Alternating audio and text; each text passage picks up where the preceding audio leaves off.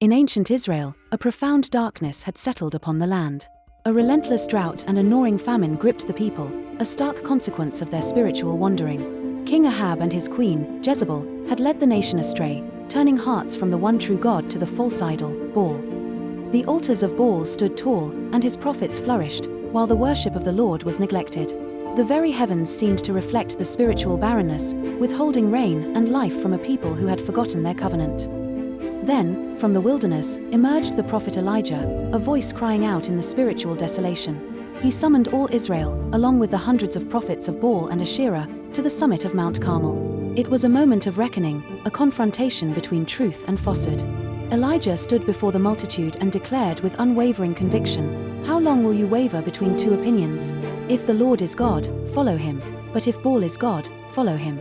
The choice was laid bare, demanding a decisive answer. 2 altars were prepared, one for Baal and one for the Lord. Each was laid with wood and a bull, but no fire was set beneath. The test was simple, yet profound. Whichever God answered with fire would be revealed as the true God. From morning until evening, the prophets of Baal cried out with fervent desperation. They danced wildly, shouted their incantations, and even cut themselves in a frenzied attempt to invoke their deity. But there was no voice, no answer, no fire. Only silence met their clamor. As the day waned, Elijah stepped forward. He meticulously rebuilt the Lord's altar, using 12 stones, one for each tribe of Israel, symbolizing the unity of God's people. He arranged the wood, placed the sacrifice upon it, and then performed an extraordinary act. He commanded that water be poured over the offering, not once, but 3 times, until it saturated the wood, the sacrifice, and overflowed into the trench surrounding the altar.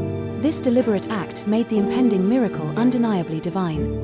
At the time of the evening sacrifice, Elijah approached the altar and offered a simple, heartfelt prayer. He called upon the Lord, asking him to answer, so that the people would know his divine sovereignty. He prayed that their hearts would be turned back to him. Immediately, with breathtaking power, fire fell from heaven. It consumed the sacrifice, the wood, the stones, and even the very soil. The abundant water in the trench was instantly evaporated, leaving no doubt about the source of this awesome display. The people, witnessing this undeniable manifestation of divine power, fell prostrate in awe and reverence. A collective cry rose from the multitude, echoing across the mountain, "The Lord, He is God! The Lord, He is God!" Their hearts, once divided, were now united in profound recognition.